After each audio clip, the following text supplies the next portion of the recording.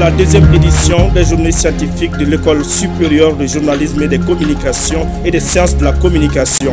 Elle a mobilisé près d'une soixantaine de participants et enregistré 54 communications axées sur des thèmes comme les médias face au régime de transition en Afrique, médias et conflits. Des détails à suivre.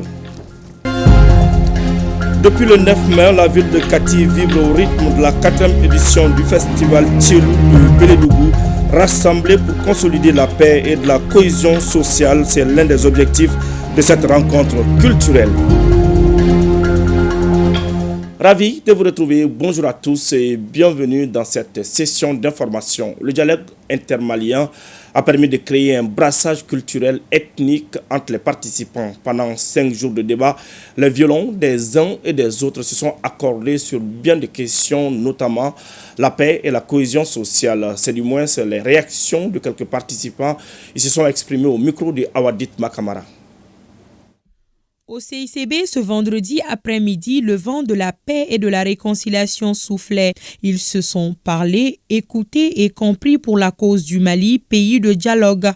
Les murs résonnaient des discussions passionnées pendant 5 jours. Les concertations ont pris fin avec des sourires et des poignées de main franches et sincères, annonçant un avenir plus lumineux pour cette nation autrefois déchirée par les conflits inter- et intracommunautaires. Pourquoi on n'arrive pas à s'entendre? Pourquoi? Donc vraiment, je crois qu'on a eu un enseignement tout au long de notre travail, mais on a conçu vraiment et nous pensons que si on le met en œuvre, le Mali va s'en sortir. Aujourd'hui, vraiment, alhamdoulilah, on a beaucoup aimé et il a dit que la porte est ouverte pour les gens qui n'ont pas adhéré, que la porte sera toujours ouverte. Donc prions Dieu et que tout le monde vienne et pour bâtir ce Mali. Les participants et les participantes ont sorti grandi à travers les messages et les résolutions fortes qui ont été dites. C'est une démarche pédagogique qui a été clôturée par la cohésion, par des leçons de cohésion, par des leçons de paix, mais aussi par des prières et des bénédictions pour le bien-être du Mali. Je suis très satisfait de l'organisation de ce dialogue, les résolutions, mais j'ai beaucoup apprécié la main tendue du président de la transition aux autres qui ne sont pas participés. Moi, je pense que c'est un élément fort de ce dialogue. Et de ce qu'il a dit, qu'il faut que les Maliens se retrouvent. Quand on est divisé, les ennemis rentrent entre nous. Au-delà des frontières, le dialogue intermalien a suscité aussi la solidarité. Plus de 300 recommandations sont sorties de ces assises-là. On lui souhaite beaucoup de courage et surtout que Dieu lui donne les moyens de mettre en œuvre ces recommandations qui sont sorties de ces assises. Il y a très longtemps, on voulait prendre ce chemin, mais ça nous a été empêché.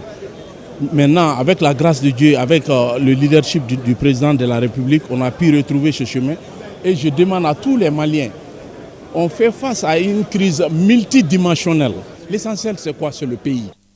Alors que le Mali continue son chemin vers la stabilité et la prospérité, le dialogue intermalien restera un jalon important dans l'histoire du pays.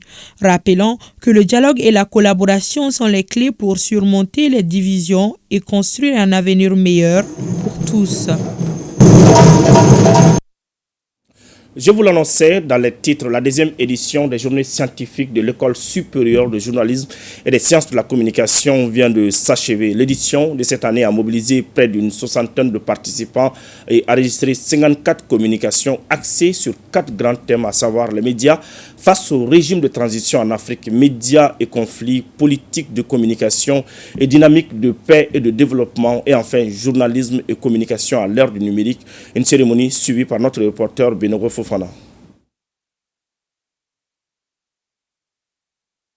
Après 2 jours d'intenses activités, la deuxième édition des journées scientifiques de l'information et de la communication, organisée par l'École supérieure de journalisme et des sciences de la communication du Mali, a mis les clés sous les portes. Ces journées scientifiques ont été sanctionnées par un rapport.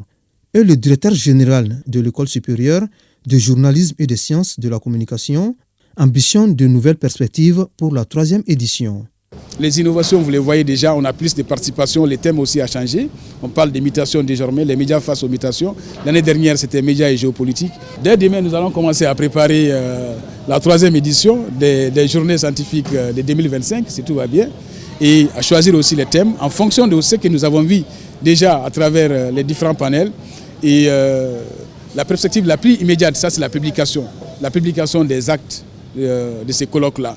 Ces journées scientifiques ont enregistré 54 communications et les participants venus du Bénin, du Burkina Faso, de la Côte d'Ivoire, du Congo, de la RDC, du Niger, du Sénégal et du Mali repartent satisfaits des différents échanges. Je sors d'ici avec une très bonne impression parce que j'ai trouvé un monde très organisé. J'ai trouvé un type d'étudiants ici très éveillés qui depuis la première licence s'intéresse à la recherche. J'ai beaucoup appris dans le sens où d'ailleurs j'ai présenté une communication. J'ai été avec des enseignants-chercheurs, des gens qui sont déjà dans la chose, qui s'y connaissent. Au terme de la 2e édition de ces journées scientifiques de l'École supérieure de journalisme et des sciences de la communication, chaque participant a reçu une attestation.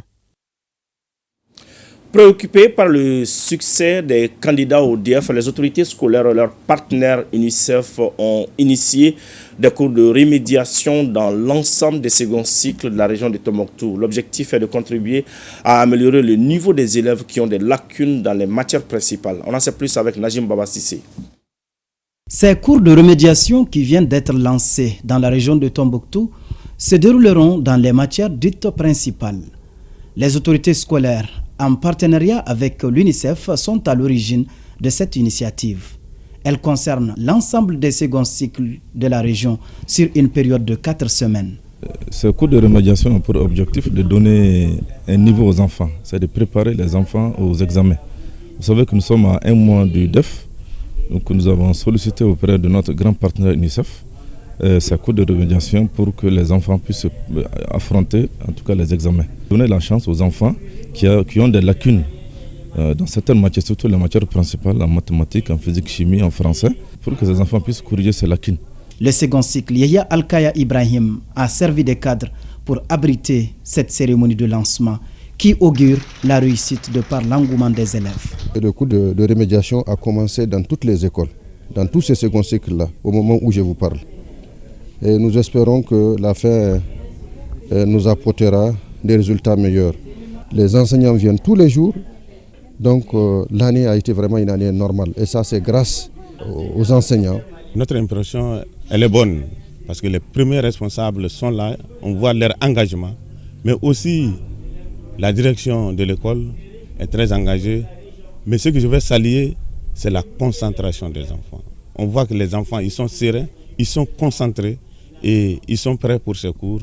Et nous les avons encouragés pour que ODF, qu'ils soient bien préparés et au résultat, et nous, UNICEF et les parents, leurs amis, que tout le monde soit content des résultats et que tout le monde passe à CDF. Avec ces cours, les autorités scolaires ainsi que leurs partenaires sont animés d'un grand espoir quant à la réussite des candidats au DEF au titre de l'année scolaire 2023-2024. À Mopti, l'ONG World Vision apporte sa contribution à l'amélioration de l'apprentissage des élèves et au renforcement des capacités pédagogiques des enseignants. Elle a remis à travers son projet FCPA des lots d'équipements et des matériels didactiques aux élèves déplacés, aux élèves des communautés hautes de l'école fondamentale de Sarema. Boubacar Sangaré nous en dit plus. Les élèves des communautés hautes et les élèves déplacés du 2e cycle de Sarema bénéficient d'équipements scolaires et de matériel didactique. Le geste est de l'ONG World Vision à travers le projet FSPA, approche de programmation dans les contextes fragiles. L'amélioration de la protection des enfants au sein des écoles primaires ainsi que dans les communautés est l'un des objectifs majeurs du projet. La présente remise d'équipements scolaires s'inscrit dans ce cadre afin d'améliorer non seulement les conditions d'études des élèves, mais aussi de renforcer les moyens pédagogiques des enseignants. Des montants de 10 millions de francs CFA, ces lots d'équipements et de matériel didactique sont composés entre autres de tables-bancs, de livres, des sacs d'écoliers, de matériel de géométrie, d'armoires métalliques et de dispositifs de lavage de mains. Nous vous sommes reconnaissants pour votre générosité et votre engagement en faveur de notre cause. Vous avez beaucoup fait pour nous, mais nous avons encore besoin d'un château d'eau et des salles de classe. Nous sommes nombreux ici à Sarema. Par exemple, la 7e année compte 168 élèves sous la tente. Pour les autorités administratives et communales, ce don va contribuer à renforcer les capacités d'apprentissage des élèves et les moyens pédagogiques des enseignants. La cérémonie a pris fin par un sketch des élèves sur la citoyenneté. Restons à l'intérieur du pays. La direction régionale de la protection civile de Koulikoro a organisé du 9 au 10 mai 2024 un atelier de révision et de validation du plan de contingence régional multirisque. Cette rencontre vise à anticiper sur les scénarios de crise, estimer les impacts potentiels, inventorier les moyens disponibles de l'État et des partenaires, nous dit Djema Moussa Konati. Selon certaines statistiques de la Direction régionale de la protection civile de Koulikoro, en 2023, la deuxième région a enregistré 3074 cas d'accidents de la circulation, dont 5802 victimes, 5653 blessés et 149 tués. Les mêmes sources indiquent qu'au cours de la même année, qu'il y a eu 20 cas de noyade de chavirement de pirogue, dont 24 victimes, 4 blessés et 20 tués pour ne citer que cela. Pour inverser cette tendance, les soldats du feu estiment qu'il est impérieux d'accentuer l'information et la sensibilisation auprès de la couche juvénile. Aujourd'hui, seule la sensibilisation et la préparation, c'est-à-dire des mesures prises en amont, nous permettront sans doute de réduire les effets de ces catastrophes, dépassant souvent nos capacités réelles de réponse.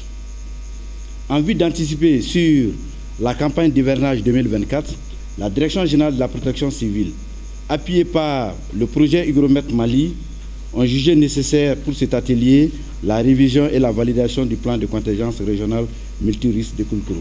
Le plan de contingence régional multirisque est un outil de gestion des risques et catastrophes.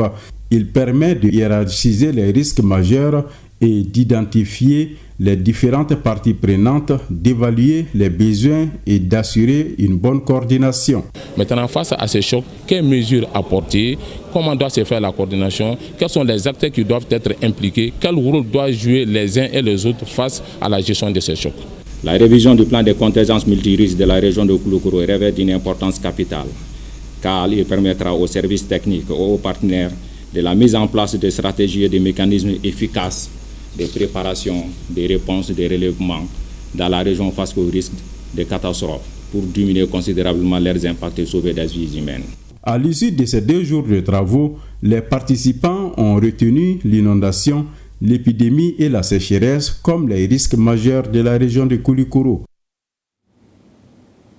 Lancement à Bougouni et Kita de la campagne de vaccination contre la poliomyélite. Elle cible les enfants de 0 à 59 mois. Les temps forts de ces différents lancements, c'est avec Jafar Aïdara et Mamadou Alioubari. La poliomyélite demeure toujours une maladie incurable pour les enfants de 0 à 5 ans au Mali. C'est pourquoi cette vaste campagne de vaccination a été organisée pour éradiquer les fléaux. Ainsi, le directeur de cabinet du gouverneur de la région de Bougouni donne les premières doses de cette vaccination dans la famille Fassirla à Niebala au Jimo, Awa et Adama âgés de 14 mois. Nous avons procédé à ce lancement qui est un cadre approprié pour procéder à la sensibilisation, à donner les meilleures informations aux populations. Ces journées qui seront synchronisées avec celles de certains pays de la sous-région ouest africaine, dont certains sont nos voisins, ciblent au total 365 586 enfants âgés de 0 à 59 mois dans les 103 aires de santé de la région de Bougouni et mobiliseront 1830 distributeurs de vaccins, 269 superviseurs de proximité et 30 distributeurs de district. L'occasion est opportune pour féliciter au nom des populations de la région de Bougouni les acteurs impliqués dans l'organisation des présentes journées. Les plus hautes autorités sous le leadership de son Excellence au colonel Assimi Goïta, chef de l'État, président de la transition pour les dispositions prises en vue du bon déroulement des journées en termes de moyens techniques, financiers, logistiques et les dispositions sécuritaires. Pour la réussite de cette campagne de vaccination, les distributeurs de vaccins passeront de porte en porte pour vacciner les enfants concernés. Ces doses de vaccins administrées respectivement à Mohamed Tounkara 7 mois et Gundo Tounkara 17 mois par les autorités marquent le lancement des journées nationales de vaccination contre la poliomyélite au Mali édition 2024, premier passage au quartier de Farabala à Kita. Il est plus que jamais nécessaire de nous donner la main pour barrer la route à la polio. De cette façon, nous donnerons encore la possibilité à l'humanité de réussir l'éradication de la polio, comme nous avons pu le faire pour la variole. Cela est humainement possible, comme le stipule le slogan de cette édition de 2024 de la Semaine africaine de vaccination. La présente campagne de vaccination contre la poliomyélite concerne 27 districts sanitaires des régions de Kita, Koulikoro, Sikasso et Bamako. Elle ciblera les enfants de 0 à 59 mois, quel que soit leur statut vaccinal, soit une cible de 4 242 465 enfants. Aussi, 6 658 vaccinataires et 995 superviseurs seront mobilisés pour un coût prévisionnel de plus de 382 625 000 francs CFA. La stratégie adoptée est de porte en porte. Le risque de propagation du poliovirus, tant au niveau national qu'international, est élevé au vu de l'évaluation des risques faite suite à la détection de 2 cas de Taoudini et de Menaka et d'un 3e cas isolé en décembre 2023 à Sebekoro, dans notre district sanitaire. Après une période d'accalmie en 2021, suite à une flambée d'épidémie de poliovirus dérivé de souches vaccinales type 2 circulant avec 56 cas détectés en 2020, le Mali est replongé dans une autre flambée en 2022. On note également une intense circulation de poliovirus de type 2 dans certains pays qui partagent des localités contiguës à plusieurs régions au Mali, où il a été enregistré d'importants mouvements intenses et transfrontaliers de la population. Outre les interventions successives des sketchs et des témoignages sur la poliomyélite et ses conséquences dans la vie d'un individu, ont meublé la cérémonie de lancement des Journées nationales de vaccination contre la poliomyélite édition 2024, premier passage du Mali dans la région de Kita. Le projet USAID Kenya Sinsi vient de procéder à la mise en place de la mutuelle du cercle de Bougouni, un engagement du projet pour accompagner l'État malien. Bougouni, Jafar Aïdara. La barrière financière à l'accès aux soins de santé pour les travailleurs des secteurs agricoles et informels reste un facteur déterminant à leur exclusion du système de santé. Pour indiquer ce phénomène, l'État, dans sa politique de garantir à l'ensemble de la population l'accès financier aux soins de santé à tous les niveaux de la pyramide sanitaire, a prévu les mutuelles de santé pour les secteurs agricoles et de l'économie informelle. Les deux couches dont il s'agit représentent les 78% de la population malienne. C'est dans ce cadre que le projet USAID Kenya Sinsiwale s'est engagé à accompagner l'État malien à travers le ministère de la Santé dans la mise en œuvre de la création et la restructuration des mutuelles des cercles. Les résultats attendus de cette assemblée constitutive, c'est de valider les statuts et règlements intérieurs de la mutuelle cercle de Bougouni. C'est aussi de mettre en place les organes dirigeants. L'impact déjà, c'est faire en sorte que tout le monde puisse adhérer, surtout la population cible. Permettre quand même de prendre en charge quand même les frais de santé de la population. Les participants à cette assemblée générale constitutive venue des 26 communes du cercle de Bougouni devront mener des réflexions sur le règlement intérieur avant de procéder à sa validation. Cela en vue de mettre en place la mutuelle du cercle de Bougouni. Le projet USAID Kenya Sinsiwale s'est engagé à accompagner l'État malien à travers le ministère de la Santé dans la mise en œuvre de la création la restructuration des mutuelles à mutuelle cercle, qu'il en soit remercié. Rappelons que l'USAID Kenya Sinsiwale est un projet de renforcement du système de santé au Mali, financé avec l'aide du peuple américain. C'est parti pour la 4e édition du festival Tchelou de Beledougou à Kati. L'édition 2024 est placée sous le thème « Rassembler pour consolider la paix et la cohésion sociale ». Ibrahim Kaou Konaté et Alou Bekouné.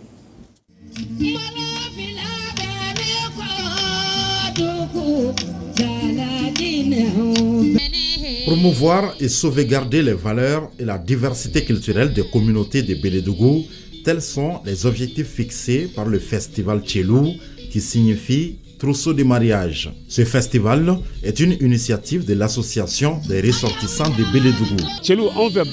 Tchelou permet de rassembler les trousseaux de mariage. Donc à travers ce festival, nous voulons mettre ensemble tous les fils et toutes les filles de Bélédougou. C'est pour renforcer l'entente, la solidarité entre les ressortissants de Bélédougou et aussi de valoriser notre culture. Le thème retenu cette année pour ce festival est rassemblé pour consolider la paix, la cohésion sociale. C'est pour promouvoir la culture du Bélédougou, c'est pour faire connaître le Bélédougou à tous les Maliens et au monde entier. Il s'agit de se rassembler pour avoir la paix. La paix au Mali, vous savez, nous avons traversé de 2012 à maintenant, nous avons traversé vraiment beaucoup de difficultés. Mais avec la nouvelle situation, avec les autorités actuelles, nous voyons que vraiment il y a une amélioration de la sécurité. Ce festival constitue un brassage culturel pour l'ensemble du Bélédougou. On a vu le Tcheblinché, la danse nationale avec Mariam Bagayo qui était perdu des radars depuis des années. C'est l'occasion pour la jeune génération de se ressourcer. Et nous, en tant qu'autorité administrative, nous encourageons vraiment ces genres d'initiatives. Pendant 3 jours, les festivaliers vont savourer les meilleures chansons et danses du riche patrimoine culturel de Bélédougou.